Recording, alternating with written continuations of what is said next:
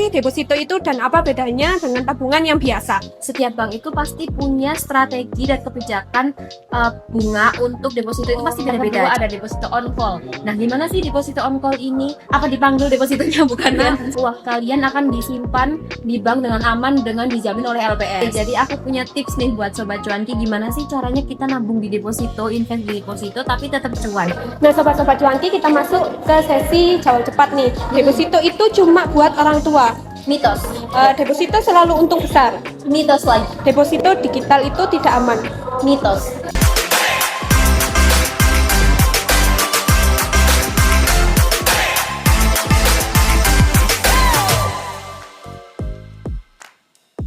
Hai, kembali lagi di podcast Cuanki, Cuan Kita, tempatnya ngobrol santai bahas cuan dengan aku, Aisyah. Nah, di sini kita bakal bahas tentang apa sih yang udah banyak didengar dari orang tua atau bahkan di bank, tapi banyak juga yang masih belum ngerti nih tentang apa sih deposito itu. Dan kita tentunya di episode ini tidak sendirian, kita ditemenin sama orang yang udah expert banget di bidang ini dan yang bakal bantu kita untuk mengenal apa sih deposito itu dari A sampai Z. Hai Kak Ririn. Hai Kak Aisyah. Halo sobat cuanki. Ini senang banget kita bisa ngobrol di sini ya di podcast cuanki buat bahas tentang deposito dan bahas yang topik menarik tentunya ya tentang deposito. Oke Kak, kita mulai dari yang paling basic dulu ya. Tentang apa sih deposito itu dan apa bedanya dengan tabungan yang biasa. Oke, jadi bedanya tabungan biasa dan deposito itu ada di jangka waktunya ya sobat cuanki. Jadi kalau tabungan biasa kan biasanya bisa kalian ambil seenaknya kalian mau ambil kapanpun ya. Nah kalau deposito ini biasanya orang nyebutnya juga tabungan berjangka nih. Jadi tabungan berjangka itu misal jangka waktunya 6 bulan nih depositonya. Itu hanya bisa kalian ambil ketika kalian udah menanamkan modal kalian atau uang kalian itu selama 6 bulan. Nah terus sebagai imbal hasilnya itu bunganya memang lebih besar daripada tabungan yang biasa Kak Aisyah. Oh gitu, berarti bisa dibilang deposito itu investor kecil buat bank ya? Betul, jadi investor kecil buat bank karena memang uang yang kita depositokan pada bank itu akan digunakan sebagai operasional dari bank tersebut Kak Aisyah. Jadi benar-benar uangnya itu puter, jadi sama bank uang kita itu dipinjamkan lagi ke nasabah dan makanya kenapa kita dapat bunganya itu memang benar-benar agak tinggi dari tabungan biasa karena memang sama bank itu uang kita diputer lagi gitu buat nasabah-nasabah bank. Oh kalau gitu, apa berarti semua bank itu bunganya sama apa enggak? Oh tentunya beda, setiap bank itu pasti punya strategi dan kebijakan bunga untuk deposito itu pasti beda-beda. Jadi tergantung sama strategi dan kebijakan bank itu masing-masing dan juga tapi masih itu sih sebagai acuannya tetap ke BI rate gitu. Nah sekarang aku pengen tahu deh, deposito itu berarti ada macam-macam ya? Ada deposito biasa, deposito online, gitu-gitu ya?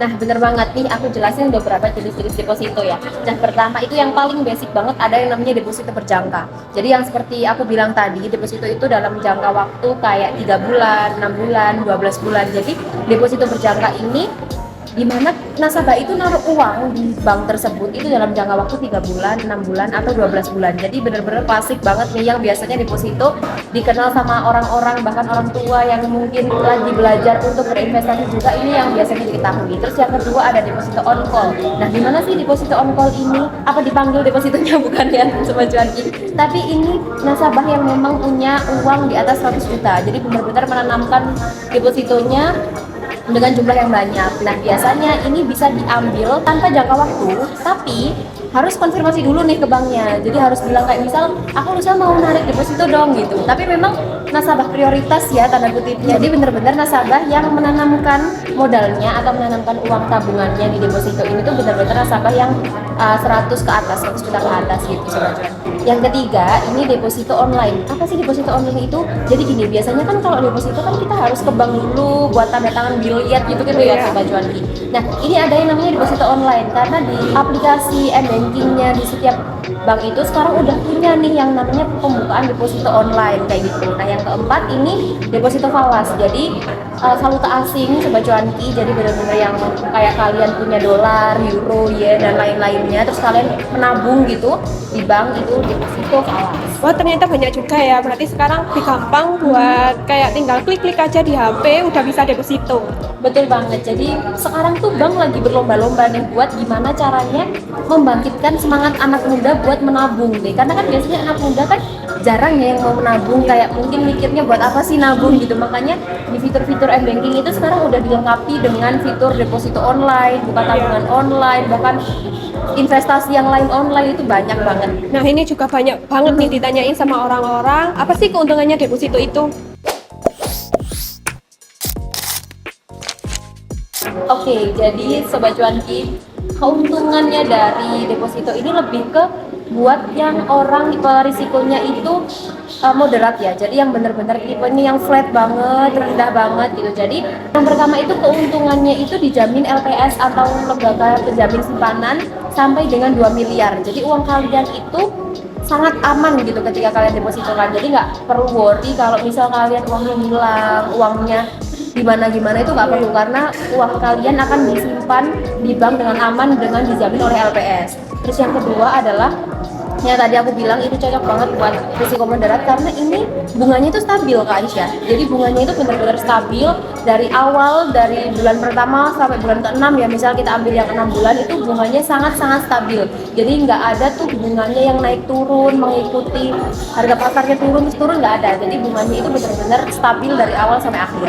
Nah, pasti ada minusnya juga dong, Kak. Apa aja sih minusnya? Jadi setiap investasi itu pasti ada plus sama minusnya ya Sobat Cuanki. Nah untuk deposito ini minusnya itu likuiditasnya rendah. Jadi ketika kalian udah menginvestasikan uang kalian itu pada sektor deposito, kalian tuh harus benar-benar merelakan uang kalian itu beberapa waktu, misal 6 bulan, 3 bulan, dan 12 bulan tadi. Jadi memang nggak bisa diambil sebelum jatuh tempo, meskipun ada beberapa bank mungkin yang mempunyai kebijakan yang berbeda, tapi overall deposito memang harus diambil sesuai jatuh temponya. Nah yang kedua itu bunganya itu kalah sama inflasi. Tahu sendiri ya, inflasi di Indonesia ini khususnya kan tinggi banget ya Sobat Cuanki. Nah jadi deposito ini tuh keuntungan return atau bunganya itu lebih rendah nih dari inflasi. Iya. Jadi orang-orang itu cenderung kurang tertarik memang sama deposito ini karena faktor bunganya itu tadi. Tapi buat yang memang ingin menabung ya, jadi menabung dan mungkin nggak pengen yang bunga yang tinggi-tinggi, yang penting uangku aman aja, ini cocok. Oh, berarti deposito ini pun aman, belum bisa buat ngejar cuan gitu ya, Kak? Betul, jadi deposito ini fokusnya memang lebih ke perlindungan uang aja. Jadi meskipun tadi aku bilang kemakan inflasi, tapi setidaknya uang kalian itu bukan kemakan yang semua gitu loh, nggak full gitu. Meskipun bunganya itu mungkin kepotong sama inflasi itu ya 50-50, 11-12 sama aja, tapi bukannya kalau kalian naruh di bank atau di bawah bantal itu kan inflasinya malah besar banget ya. Nah, berarti gimana nih, Kak, biar deposito itu biar tetap cuan gitu? Oke, jadi aku punya tips nih buat Sobat Cuanki, gimana sih caranya kita nabung di deposito, invest di deposito tapi tetap cuan. Nah yang pertama itu dengan membagi di deposito ini jadi dana darurat ke menengah. Jadi misal nih kalian butuh dana yang besar di 6 bulan ke depan. 6 bulan yang ke depan tuh kalian bakal butuh dana besar. Misal buat kalian mama-mama muda gitu ya, Gen Z, tapi yang sudah mama-mama muda, yang anak kalian mau masuk PAUD gitu ya, tapi 6 bulan lagi pendaftarannya. Nah daripada disimpan di tabungan biasa nih, uang yang 6 bulan ini mending disimpan di deposito. Jadi tetap dapat bunga yang lebih besar dari tabungan, meskipun nanti di dalam jangka waktu 6 bulan itu bakalan diambil buat bayar sekolah anak gitu ya misal. Nah yang kedua ini sistemnya laddering nih. Jadi apa sih laddering itu? Laddering itu benar-benar membagi uang yang kita punya itu ke beberapa jangka waktu. Jadi misal kita punya 100 juta, 30-nya buat jangka waktu 3 bulan, 30-nya buat jangka waktu 6 bulan, dan 40-nya buat jangka waktu 12 bulan. Jadi kita tetap setiap 3 bulan sekali, setiap 3 bulan, terus 3 bulannya lagi kan 6 bulan, terus di 12 bulan kita tuh tetap punya uang yang memang cair gitu depositonya. Jadi kita tetap punya uang yang fleksibel buat kita mungkin ada keperluan-keperluan yang lain gitu ya. Jadi bener-bener nggak yang 100 langsung kita investasikan di deposito semua yang 12 bulan.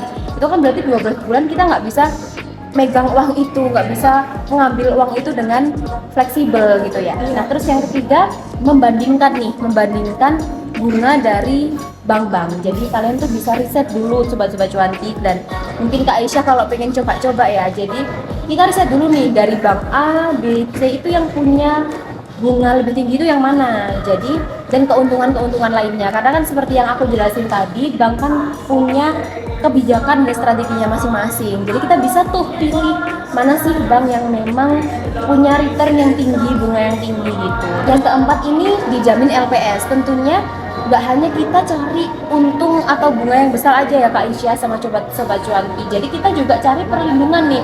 Karena ketika kita punya dana yang besar, uang yang besar, kita juga butuh proteksi yang besar gitu untuk uang kita. Nah, dari Kak Rini nih kita belajar tentang sistem leadering ya, baru tahu juga aku. Nah, jadi kalau sistem leadering itu kayak sistem cuan berjenjang gitu ya Kak? Nah, benar banget. Jadi kita tetap investasi nih, tapi uang kita tuh nggak nyangkut. Jadi tetap bisa putar dan tetap bisa kita gunain gitu. Oke, sobat-sobat cuanki, kita masuk ke sesi jawab cepat. Kak Ririn bakal jawab mitos atau fakta, aku bacain ya. Kak Ririn siap? Oke, siap. Yang pertama nih, deposito itu cuma buat orang tua. Mitos. Jadi deposito itu bisa untuk semua kalangan. Jadi anak muda, terus dewasa dan orang tua itu sangat-sangat bisa untuk berinvestasi di deposito. Nah, tapi kenapa sih kok muncul statement kalau deposito itu untuk orang tua? Karena mungkin deposito ini instrumen yang paling mudah ya. Jadi tinggal kita ke bank, bawa uang, kita daftarin deposito, dapat biljet, udah selesai gitu ya. Tapi karena sekarang ini udah banyaknya akses kemudahan dengan m-banking yang kita bisa buka secara online dan lain-lain, itu semua kalangan bisa, dari mulai anak muda, mulai dari ibu-ibu, tante-tante, om-om, semuanya sampai orang tua itu semuanya bisa. Nah, yang kedua, deposito selalu untung besar. Mitos lagi.